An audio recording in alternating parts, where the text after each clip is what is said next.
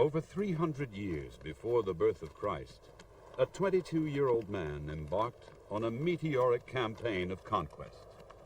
By its triumphant end, he was undisputed master of an empire that stretched from the Nile to the Indus.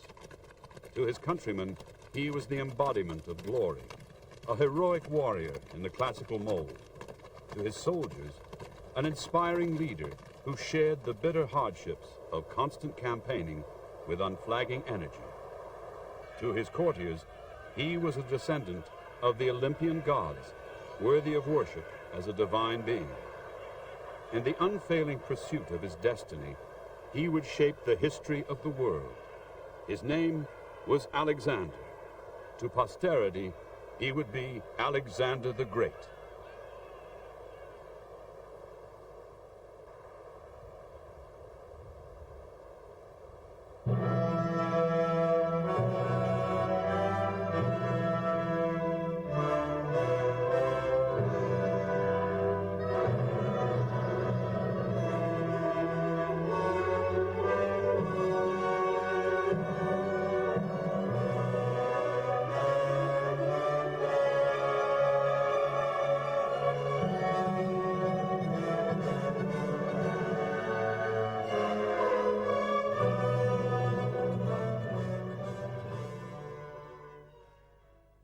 Alexander the general, Alexander the builder, Alexander the statesman, Alexander the god. Behind the achievements and legends was a restless young man driven by an obsessive, boundless ambition. Alexander the man was a complex, at times contradictory figure, capable of incredible generosity and savage cruelty. He would plan a campaign in meticulous detail and then risk everything on a do-or-die charge. Alexander was probably one of the greatest generals of ancient times, if not the greatest general.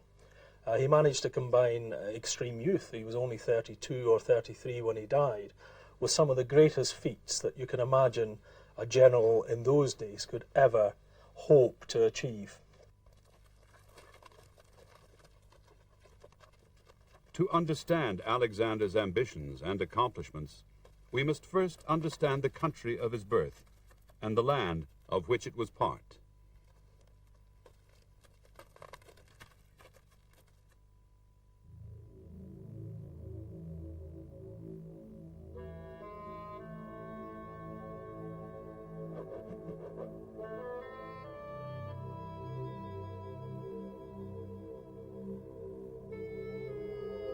The Greek Empire was centered around the city-states of Thebes, Sparta, and especially Athens.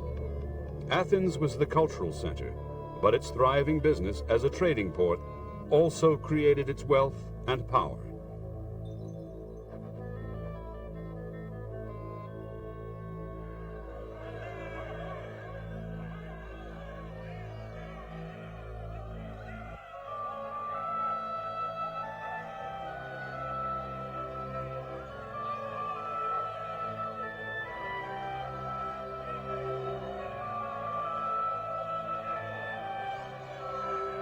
The Athenians were a seafaring nation, and they expanded their influence around the Aegean Sea into Asia Minor, where they founded settlements and towns.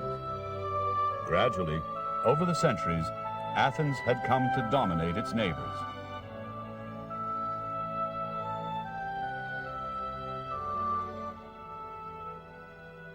Its democratic government was taken as a model for the world. Its philosophers and artists were an inspiration to all. Although they would never admit it openly, Athenian civilization was the cultural pinnacle to which other Greek states aspired. But beside the positive things in life, there was also the reverse side of the coin. Athens had often become embroiled in a series of bitter wars. The most notable of these was the Great Peloponnesian War against Sparta. The cost of that particular war had been defeat, dwindling wealth, loss of manpower, and political subjugation. Although, as it turned out, this setback was only temporary, it produced a situation ripe for exploitation by outsiders. The people to exploit it were the Persians. Under the rule of the godlike Great King, the Persian Empire's influence sprawled from Egypt to India. The Great King's territories were divided into dependencies overseen by a member of the royal family or nobility. The Great King's authority was absolute, his royal palaces lavishly furnished, and the royal treasuries packed with fabulous wealth. The Great King used the disunity among the Greek city-states to expand his domination of Asia Minor, including the Athenian settlements on the Aegean coast. These intrusions were bad enough, but the Athenians had a long historical cause to resent the Persians. 150 years before Alexander, the great Persian king Xerxes had swept through mainland Greece. Athens had fallen, its people were humiliated, and its temples desecrated. Although Xerxes was eventually defeated, the sacking of their city left the Athenians with a historical desire for revenge. But revenge needed strength. Real strength demanded a united Greece, because only then could they elect a captain general to lead their armies to liberate Asia Minor. By the year of Alexander's birth, 356 BC, it looked as if a suitable candidate had appeared. The great man was Alexander's father, Philip II of Macedonia. Discover the past with exclusive ancient history documentaries and ad-free podcasts presented by world-renowned historians from History Hit. Watch them on your smart TV or on the go with your mobile device. Download the app now to explore everything from the wonders of Pompeii to the rebellion of Boudica and the mysteries of prehistoric Scotland. Immerse yourself in the captivating stories of this remarkable era by signing up via the link in the description. By a series of diplomatic treaties, intermarriages, military victories, and, when necessary, political murders, King Philip had united all Macedonia under his rule. From his royal palace at Pella, he had begun a process of modernization within the Macedonian army. His officers were drawn from the nobility of the Macedonian highlands. Rugged, warlike, and fierce, these tribal leaders were experienced fighting men. Macedonia had long been a frontier between civilized Greece and the world beyond. Riding, hunting, drinking, and fighting were the main interests of its tribal rulers. To the sophisticated Athenians, Macedonian society was savage, feudal, uncultured, and primitive. Its laws and religion were barbaric by their standards. Curiously enough, to the Greeks, who lived, of course, to the south of Macedonia, he was a barbarian. He spoke Greek with an accent, as anyone did who was outside Attica and the Peloponnese. And yet Macedonia that he ruled was very wealthy because he had the gold mines there and he had silver mines. But King Philip was able to mold the raw material of the Macedonian army into a formidable professional fighting force.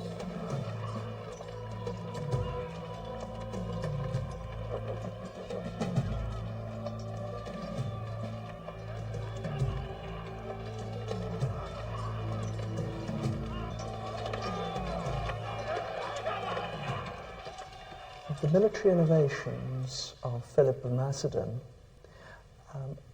have their roots in a period when he was a teenager.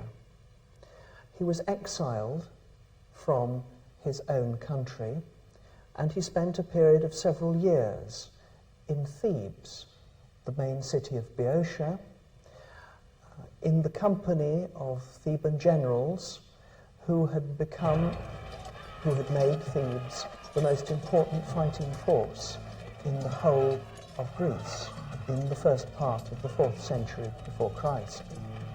And here in Thebes, the young Philip learnt the new techniques of war, the benefits of training, of standing armies, the benefits of uniform equipment for all members of the fighting force, and the benefits of a fighting force which was bonded by close personal ties, so that one man fought beside another, did not yield in the slightest while his partner was still alive. When he returned to his own Macedonia and was in position to seize power from his rivals in the Macedonian royal family, he started to put the principles he had learnt as a teenager into practice. He organized the companions, the traditional supporters of the Macedonian king. He made sure that they had consistent armor and weapons. He made sure they trained regularly. He made sure they had loyalty to him and no other. The annual levies of troops from the population of Macedonia were again organized. 350 years after Alexander's death, Plutarch, the Greek historian, carefully studied surviving documents from Alexander's reign to write an account of his age. Of the birth of Alexander, he wrote, Philip had just taken the city of Treclia when he received 3 messages. First, that Parmenio, his general, had defeated the Illyrians in a great battle. Second, that a horse of his had won a race in the Olympic Games. Third, that his son Alexander had been born. He was overjoyed at the news, and even more so when his soothsayer told him that a son who was born at the same time as 3 victories would be invincible.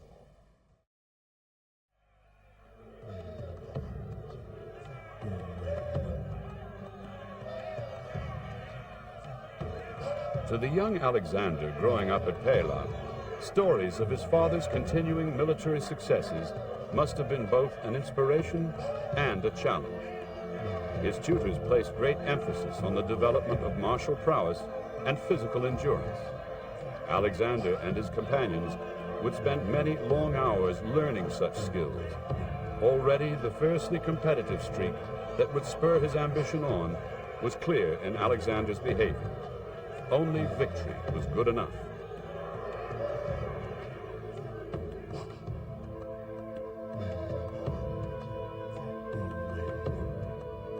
King Philip wished his son to have the culture of an educated Athenian. Alexander learned to sing and play the lyre.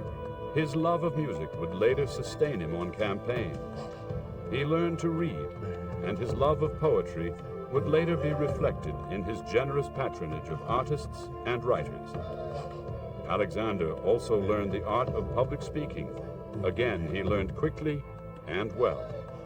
He would be equally at home yarning with his soldiers or formally receiving foreign dignitaries. To complete his education, his father even hired a pupil of Plato's academy. Philip had seen how self-willed his son was, and that although it was difficult to influence him by force, he could be persuaded to do his duty by an appeal to his reason. So he made a point of trying to guide his son by persuasion rather than orders. He considered that the job of educating his son was far too important for the ordinary run of teachers. It needed, in Sophocles' words, guidance and restraint. So he summoned Aristotle. Aristotle was a philosopher with an enthusiastic and wide-ranging intellect. Alexander's natural curiosity was expanded by his tutor. It was to stay with him until his death. Besides his intellectual progress, Aristotle was to be responsible for an even more significant influence on his young pupil. Aristotle introduced Alexander to Homer's epic poem of the siege of Troy, the Iliad. For Alexander, this work had special significance. Achilles, one of his heroes, was an ancestor of his through his mother's family.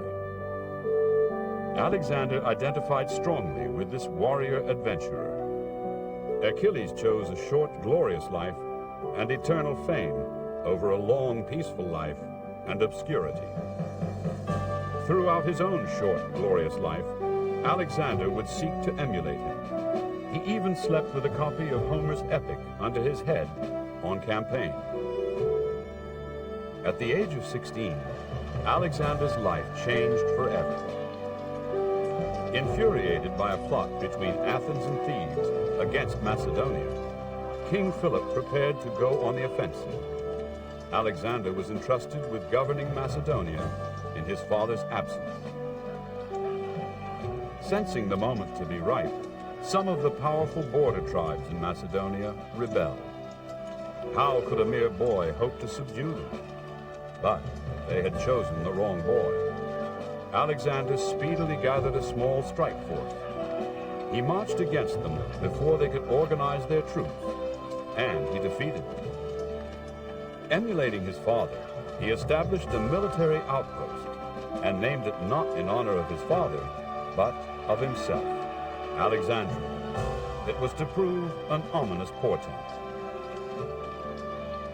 Despite the young man's vanity, and pleased by his son's efforts, King Philip educated his son to command of the Macedonian heavy cavalry. It was to prove an inspired move. At the Battle of Chaeronea, Alexander led a thunderous charge at the crucial point of the battle.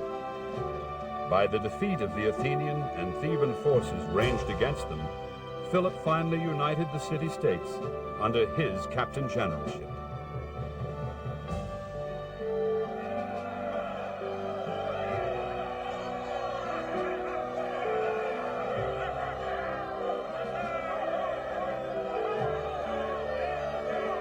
With his borders secure and his enemies at home defeated, Philip now prepared for a more ambitious project, the long-awaited campaign against the hated Persians. As a great king, Philip was blessed with many of the analytical skills which were crucial to survive in those far-off days. Consequently, the young Alexander's military successes and obvious ambition did not produce blind admiration from his father. Philip became convinced that if he marched against Persia, his son might usurp him at home. Equally, Alexander was terrified his father would confer the succession on a future son and deny him his divine right. His mother, Queen Olympias, sided jealously with her son. Philip decided to put her aside and take a new wife. At a banquet, at which father and son drank heavily, insults were exchanged and swords drawn. Alexander and his mother left Pella for exile.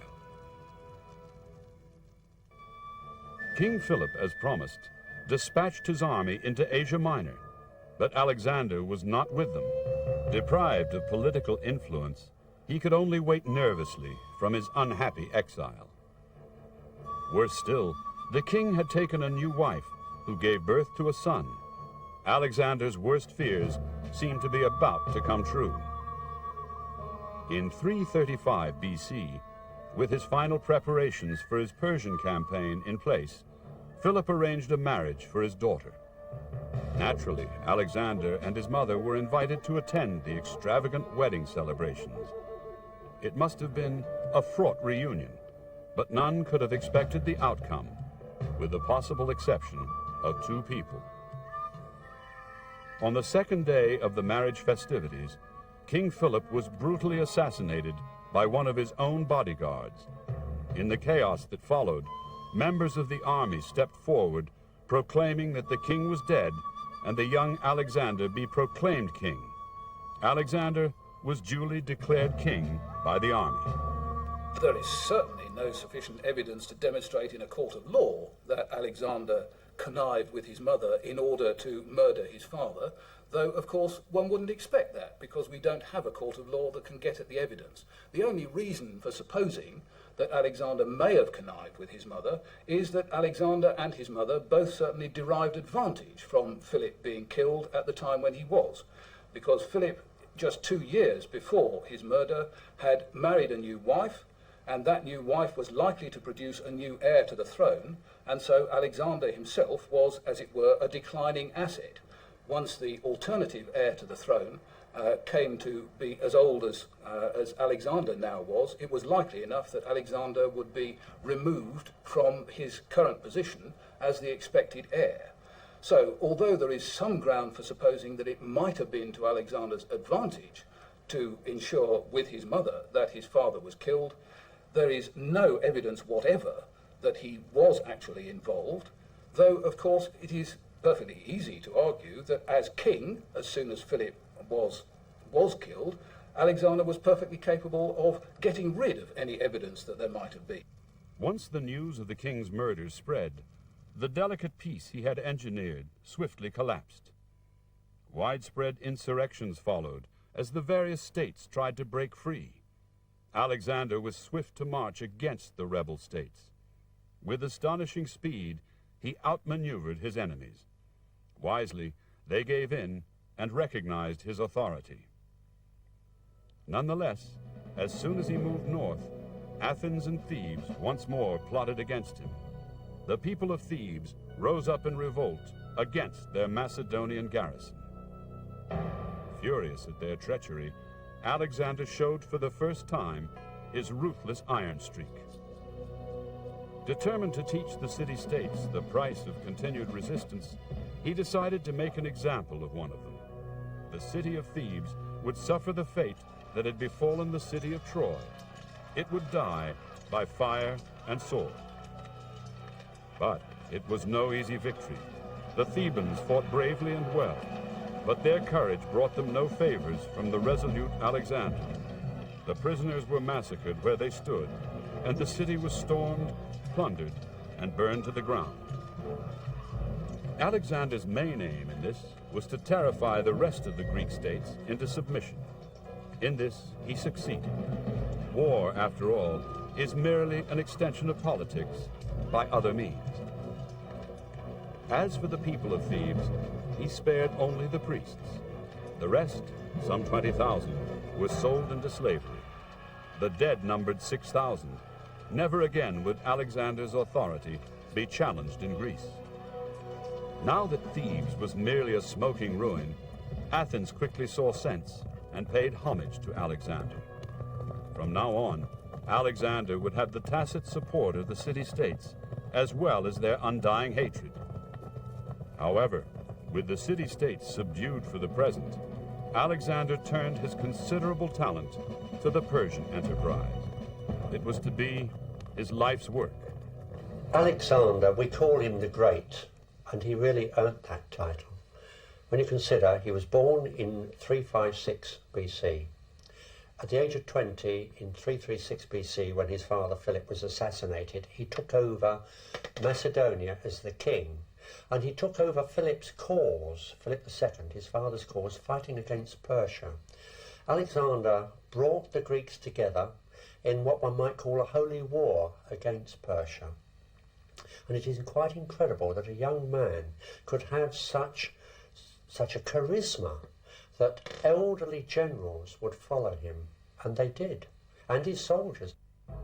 His officers were eager to march in a crusade to liberate Asian Greeks and avenge the humiliation of Athens.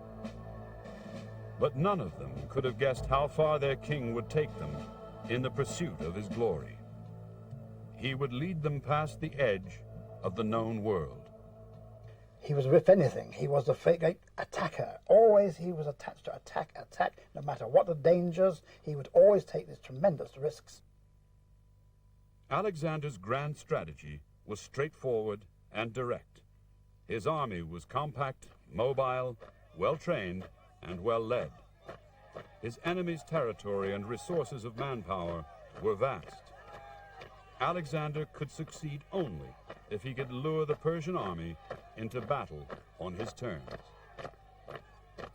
If he could kill or capture the great king Darius, he could force the succession in his favor, and the Persian Empire would be his. With it went the advent of wealth and power. The prospect was daunting, but Alexander never doubted his ultimate victory, a victory which was to flow from his undoubted military genius. Alexander's campaign against the Persian king Darius was a model of precision, sprinkled with innovation and a great slice of luck. Granicus, Alexander outmaneuvered the Persians by a daring night march and river crossing.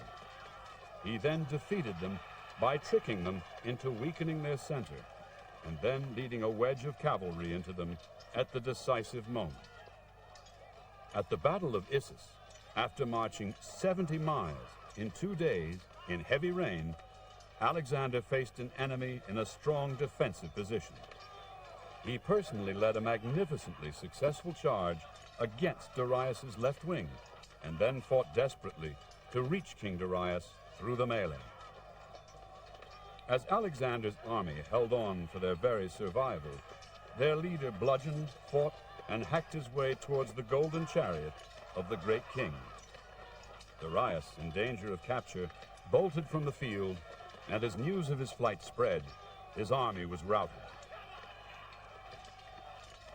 The crowning military victory of Alexander's career was to be fought on October 1st, 331 BC, on the plain of Gaugamela.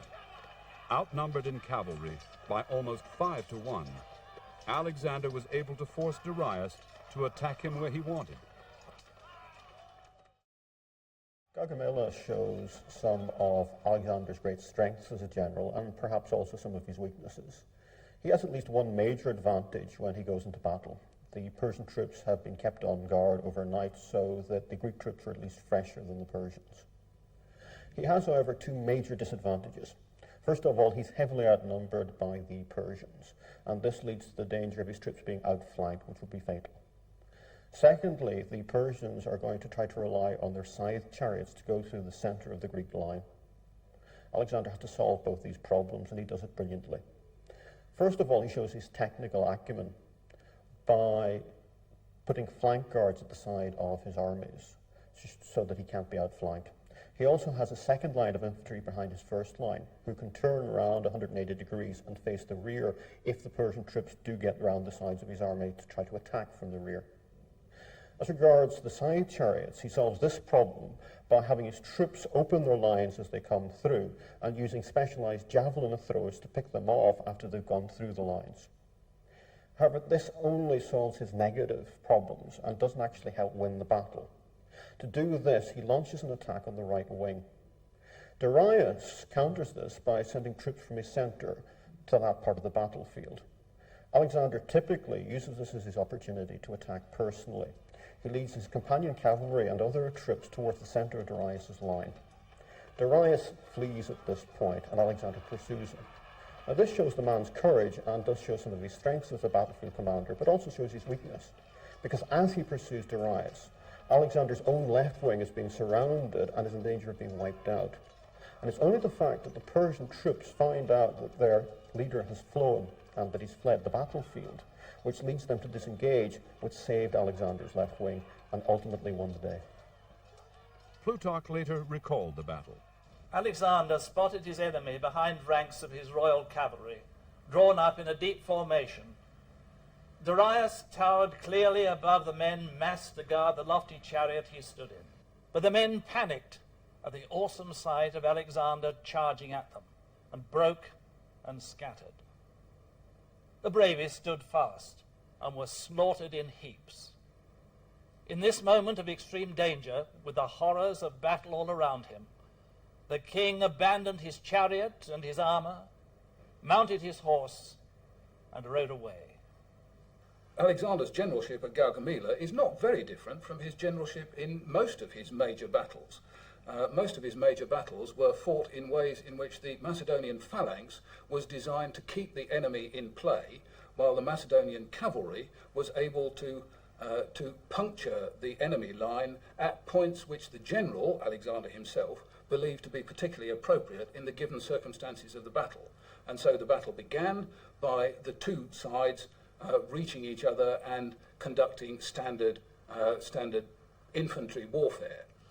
What Alexander was able to do in this and in all his battles was, as cavalry commander, to observe the precise point in the battle at which it would be advantageous to use the cavalry charge. Alexander appears to have done it extremely effectively in all his battles, his land battles, Gaugamela included. Gaugamela was more difficult than many of the others, precisely because this was the major force of the Persian king, and it was fought in the heartlands of the Persian Empire. but Alexander was still able to exploit his marvellous capacity to observe the right moment for cavalry attack. That's what he did, and he won. This great generalship and an almost insatiable appetite for conquest took Alexander and his troops all over the known world. To North Africa, through great deserts, and on to Egypt, the mystical home of the pharaohs.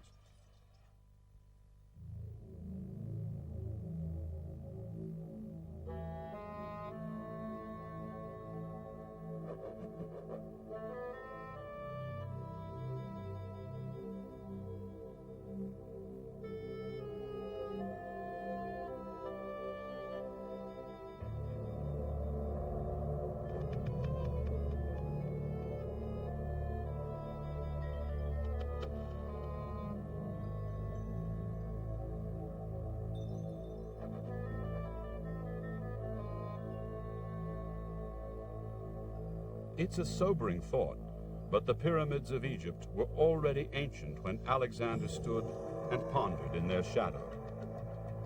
He may well have been thinking of the problems associated with siege warfare. Alexander's genius was not confined to the battlefield. He was also an expert at laying siege to fortified cities. This art demanded great organizational abilities to combine the efforts of engineers, pioneers, soldiers, and in the case of ports, the navy to successfully blockade and reduce a garrison. At the siege of Tyre, despite strong natural obstacles, well-constructed defenses, and dogged resistance, Alexander faced all difficulties with imagination. The island fortress of Tyre was thought impregnable. In a 7-month siege, Alexander assaulted it by land and sea, blockaded it, and constructed a causeway to connect it to the mainland. Despite atrocious weather, which scattered his ships and savage counterattacks from his enemies, Alexander's exhausted men eventually battered their way in.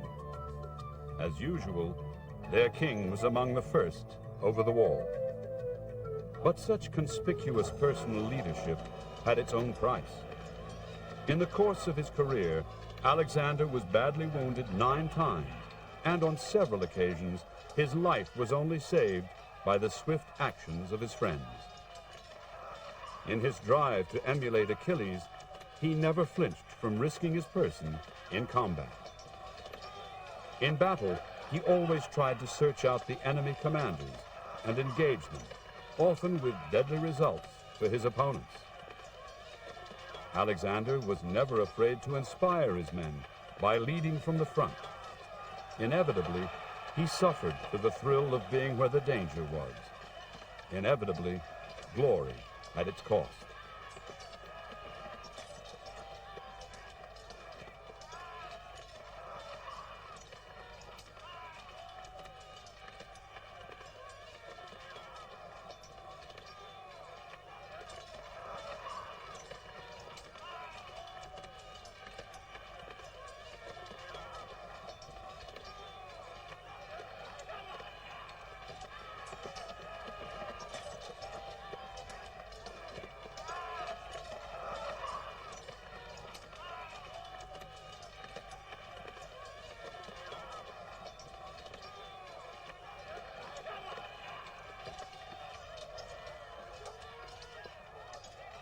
Alexander must be considered the greatest military man of all period. The sheer abilities of this young man, who was only going to die at the age of 33, would you believe?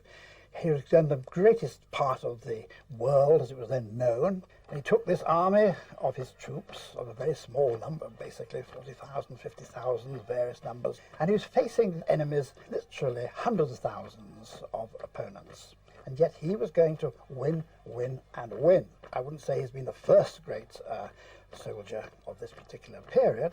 There's a certain one who really seized upon the whole idea of propaganda and building his own history as he wanted it to be. On campaign, Alexander took a staff of writers, historians, and poets with him. After all, a new Achilles needed a new Homer. His efforts certainly worked. The stories of his youth and his campaigns kept his memory alive. But the legend of Alexander has made the real Alexander an elusive figure, particularly as each episode of Alexander's life was recorded and possibly finished to show a link with past heroes and a promise of future glories. One of the most famous and enduring stories of the boy Alexander was his taming of the wild stallion who would be his favorite horse for 20 years, Bucephalus. The young Alexander watched a succession of riders being thrown by a black horse whose face was marked with a white flash. Only Alexander had the ingenuity to notice that the horse was terrified of its own shadow. Alexander turned Bucephalus towards the sun, soothed it, and then leapt on its back. In recognition of his skill, the horse was presented to him, and a long association begun. Bucephalus carried Alexander across deserts, mountains, and rivers, and through his greatest battles. When the old war horse eventually succumbed, Alexander named an Indian city Bucephala in memory of his faithful, fearless companion. It was by such stories that biographers of Alexander, such as Plutarch, tried to explain his genius. Plutarch recorded that on the occasion of a visit by Persian ambassadors, Alexander talked freely with them and completely captivated them, not only by his pleasant manner, but because he did not bore them with childish questions, but inquired about how far they had traveled, the conditions in Persia, the character of their king, his experience in war, and the military strengths of the Persian army.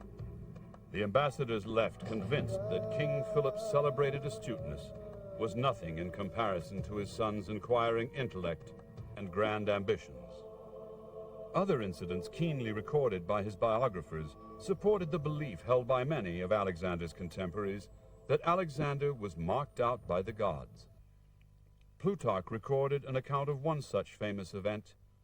At Gordium, in the ancient palace of King Midas. Here Alexander first saw the celebrated Gordian Knot. By the legend, the fates had declared that whoever untied this knot would become ruler of the world. But the fastenings were coiled around each other in such a cunning way that the ends were hidden. No man had ever succeeded in untying the knot. Alexander was perturbed as to what he should do. But as a man of action, he soon undid the tangle by slicing through it with his sword.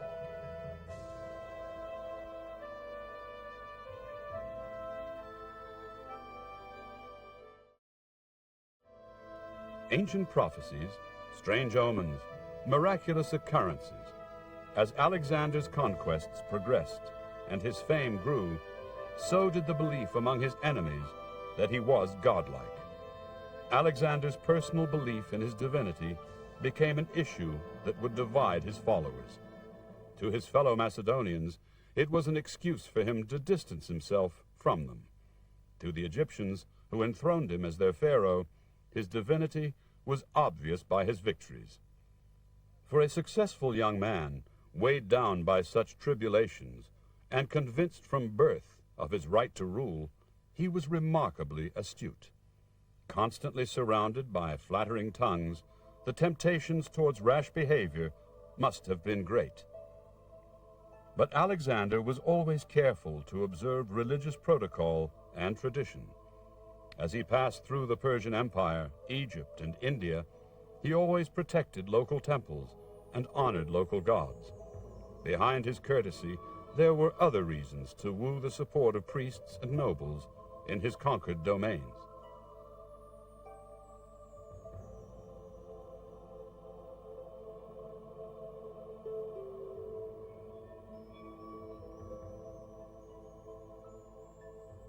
But he was a marvellous statesman because he was going across territories which for centuries had fought against each other.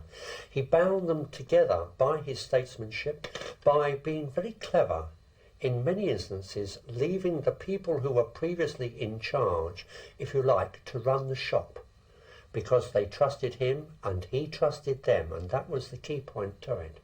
and not least by his coinage. The coins of Alexander the Great, you might call the first international coinage.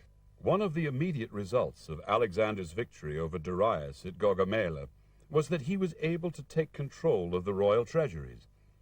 Within the palaces and temples of Babylon, Persepolis, and Susa, Alexander discovered fabulous wealth. For a general who had started his campaign with enough funds to sustain it for less than a month, the change in his fortunes was incredible. The great king's wealth was used to pay off Alexander's Greek soldiers and then rehire them at huge expense. Despite this, Alexander was still rich enough to indulge in other projects. Like his father, Alexander measured the extent of his territory with settlements named after himself. Alexandropolis was the first, but the most famous would be the city of Alexandria, built on an isthmus by the Nile Delta. Constructed in the shape of a Macedonian cloak, it was planned on a massive scale, with broad boulevards, marketplaces, palaces, and temples. It was claimed that Alexander himself designed the fortified walls. Alexandria ensured his immortality. But with the restless energy that typified his life, Alexander had moved on almost as soon as building began.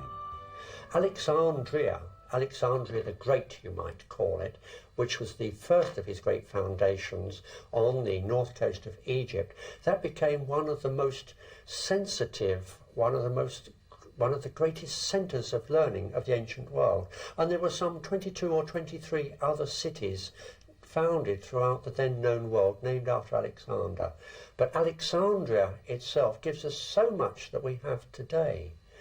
We talk about museums, we talk about libraries.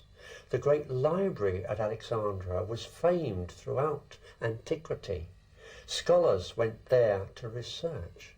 The Museon, the home of the muses, gives us the origin of our word museum. Restlessness was a trait that never left him. It could be argued that he was more interested in conquering new territories than ruling the ones he had. It was certainly true that having embarked on the Persian campaigns, Alexander's interest in the narrow-minded politics of Greece waned. He exhibited no sentimental attachment to his birthplace, and this was clear to his subordinates. As Plutarch wrote, he believed if the traditions could mix and fuse together, his role would be more established when he went far away, as it would be based on goodwill, not force.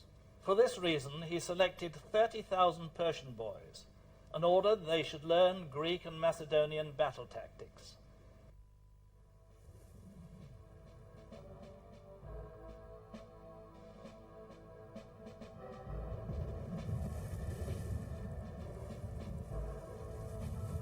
But Alexander was first and foremost a soldier. He lived for conquest, and it was this insatiable thirst that drove him and his army ever onwards. The death of Darius and the capture and execution of his successor elevated Alexander to the throne of the Persian Empire, as well as a unified Greece. He was now master of all he surveyed, but Alexander still wasn't satisfied. It was now that he began to talk of his greatest ambition, and when men heard it, they thought he had gone mad. Alexander planned to conquer India with an army of his own creation. The atmosphere among his veterans became more and more strained. There were sporadic mutinies, but Alexander held them together by the force of his charismatic personality, and the great adventure got underway. Even today, India seems far away. This in an age of jets and airline travel. To the ancient Greeks, it was a different world. It's a long distance to cover. If you can imagine having to walk every mile of that distance from Europe to India, you can begin to understand the magnitude of what he achieved. But it was not only that. All the way to India and all the way back, he managed to keep his army together as a coherent fighting force, and that was the thing, more than anything, that made it such a triumph. Not just walk, but fight too. Surely here was the proof of Alexander's greatness, for not only did he take his army to India, he maintained its cohesion as a fighting force, kept it supplied, fed, and clothed. but at times it was a superhuman effort. The Indian campaign was the hardest of all Alexander's military ventures. The climate and landscape was savage. Untraveled jungles, rivers half a mile wide, burning deserts, freezing mountains. The resistance he met was more determined and fierce. In pitched battles, Alexander's phalanxes faced a new and nightmarish enemy, the Indian war elephant. Even the elements conspired against him. Plutarch's account of the Battle of Jhelum dwells on the difficulties Alexander faced. He was overwhelmed by a great rainstorm with terrible thunderbursts and lightning flashes. Despite a number of his men being struck down by lightning, he continued to advance. The ground had become broken and slippery, impossible for his men to hold their footing on. But Alexander rode on ahead of his cavalry. Porus attacked him with his whole army. Remembering the threat of the elephants and their greater number, Alexander attacked their left. The Indian army was routed and fell back upon their own elephants. The Indians rallied and a stubborn fight started. After 8 long hours, the enemy was broken.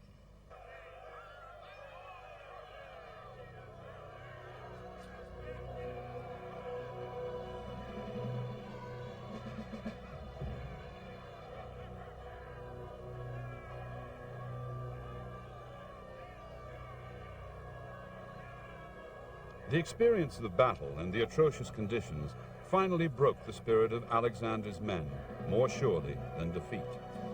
After 17,000 miles, they had reached the end of their endurance.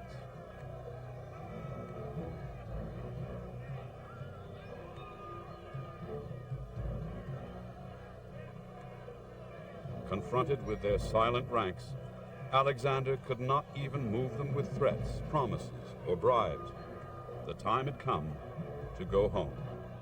Summoning his fleet, Alexander embarked his troops and sailed for the mouth of the Indus.